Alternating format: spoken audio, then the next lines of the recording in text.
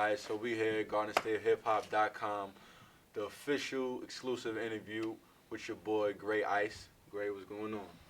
What's the deal, Shy? You already know, man, chilling. So today we here at A&J's Asbury Park, New Jersey, Main Street, chopping it up one-on-one with GRAYY-I.C.E. So we're going to talk to him about the name, because I know y'all trying to figure out how he come up with the name GRAYY-I.C.E., because the name is crazy. Talk about his new project coming out, Coalition-GRAYY, and all his new joints that he has for the people. You know what I'm saying, out there in the music world. So, basically, let's just get into it. So, GRAYY-I.C.E. Now, when I first started hearing about you, everybody used to be like, Gray, you gotta check this kid out named Gray. I used to be like, Gray, you know what I'm saying, that's his name. They'd be like, yeah, GRAYY-I.C.E. So I was just saying to myself, yo, that's a dope name. And off that alone, that made me wanna listen to your music. So let's talk about, let the people know how'd you come up with the name GRAYY-I.C.E. Well, first and foremost, I was a workaholic. You know what I'm saying? But I always believed in hip hop. I grew up with that. That '90s wave. So it was a lot of great music going on at the time. But a couple years back, I had a couple of nicknames. Because I was trying to start my rap career. It was I went from Lolo De Niro to D Skrills to even Skrizzy. You know what I'm saying? But one day I was painting at my father's house, at the time, and I mixed black and white paint together. You know what I'm saying? Because I'm an abstract, artist when it comes to painting. So I mixed that together, and it came out gray. You know what I'm saying? So right there, I'm thinking idea. You know what I'm saying? It's a black and white world. When I'm in the middle of it all, I get gray. You know what I'm saying? That's the creative level about it. You know what I'm saying? And the black side of things is more like, the dark side is more like the grind, the hard work, you know what I'm saying? The white side is kind of like, the light, you know what I'm saying, when you reach your pinnacle, or your apex, you know what I mean, which is the highest point. So in order to get to that level, you got to go gray. And everybody feels gray at a point in their life, no matter what. It's really doing what you want to do, you know what I'm saying? Not going by the book, going by your soul, your natural feel for success, or the world in general, you know what I'm saying? So that's how I really came up with the name Gray, Right, no doubt. So before GRAYY-I.C.E. picked up the mic, before he stepped into the booth, what was it or who was it that made him say, you know what, I want to be a spitter, I want to be an MC, I want to do this hip hop thing? Like I said, my influences, of course, around, like I said, the '90s before, I was influenced by that. I knew a couple hustlers. You know what I'm saying? My mom, she worked hard. You know what I'm saying? Just being influenced by what we're seeing. You know what I'm saying? Like Biggie or a Big L. You know what I'm saying? Or a CL Smooth. You know what I'm saying? Okay. Like I thought those guys were sick with the wordplay, and then I heard Nas, and that shit blew my mind. You know what I'm saying? For real. So, when I play sports and shit, I would have my Walkman on, whatever. As soon as I get out of school, got my Walkman on, I'm playing PlayStation, freestyling to myself, and I catch myself like, damn, you know what I mean? Like, damn, I said that shit, and it really became a need and a must, a couple years back, when I really had nothing to lose. I started going through a lot of stress and shit. Okay. And I really flow for, flow for the world, you know what I'm saying? Okay. For many out there, All right, so I'm glad you said that. So to build off that last point of view, flowing for the world and the people out there, basically I've started listening to a lot of your music. Obviously, we got the Nice Boy joint, Garden State Hip Hop, as well as the Kenai joint. Now the Nice Boy, that has a more like an upbeat club feel to it, obviously, but the Kenai joint, it really sounds like some really good in-depth lyrical content in it. So I mean, with that being said, when you put together your verses or your songs, what type of lyrical content do you like to put in these bars? It's no holds bars. You know what I'm saying? That's the way I see it.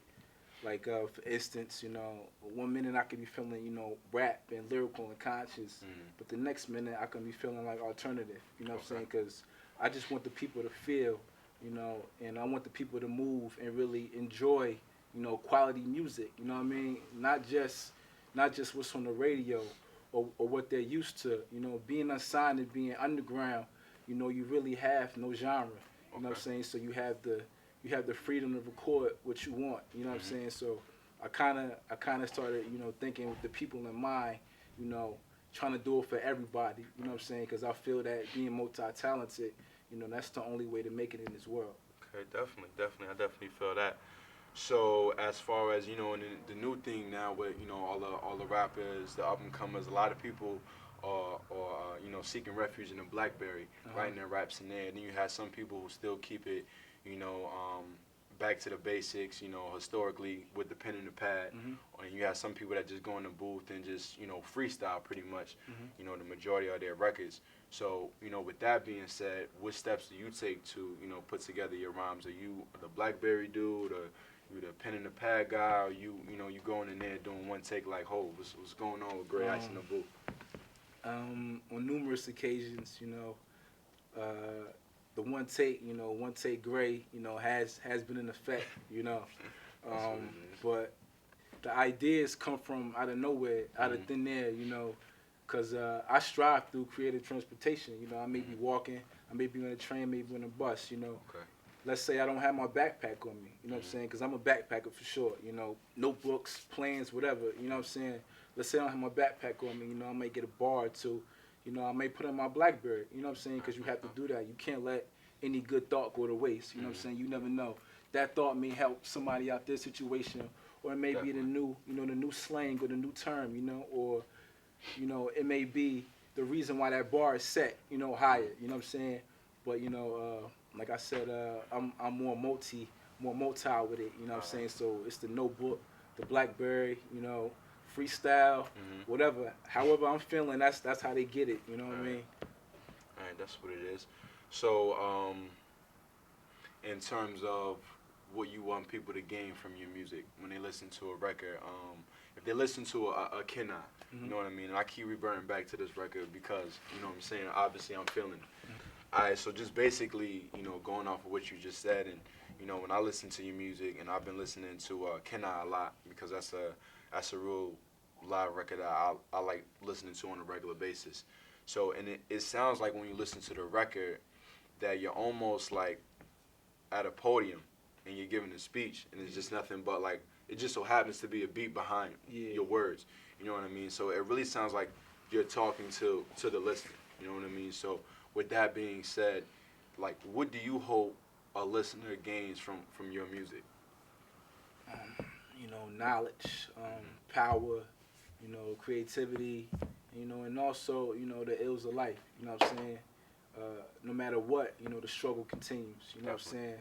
And to be above that, you got to give everything your all. So on that track, I gave it my all. Like, I put a lot of hard work into that track, you know. The Can I Get a Minute of Your Time, you know. I prove how I'm worthy, you know, enough for your time, you know what I'm saying? And can I get a witness? I want someone to witness what's going on before my life gives out or their life gives out, you know what I'm saying? And can I make a difference, you know? And I really proved that I can make a difference, you know, and that also the listener can make a difference. If they tune in, even with the strings behind it, you know, it can just rock you to a whole different dimension, you know what I'm saying? And then the wordplay blows you away, you know, because it's all real, you know. All right, so that's what it is. So we here at A&J's, Asbury Park, New Jersey, Main Street, you know, definitely make sure you come here to get the fly sneakers and all that good stuff. We're going to chop it up with Gray a little bit more when we come back.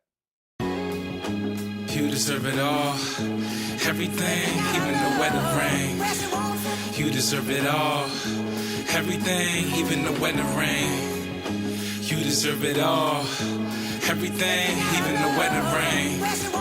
You deserve it all, everything, even the weather rain. Late night kisses.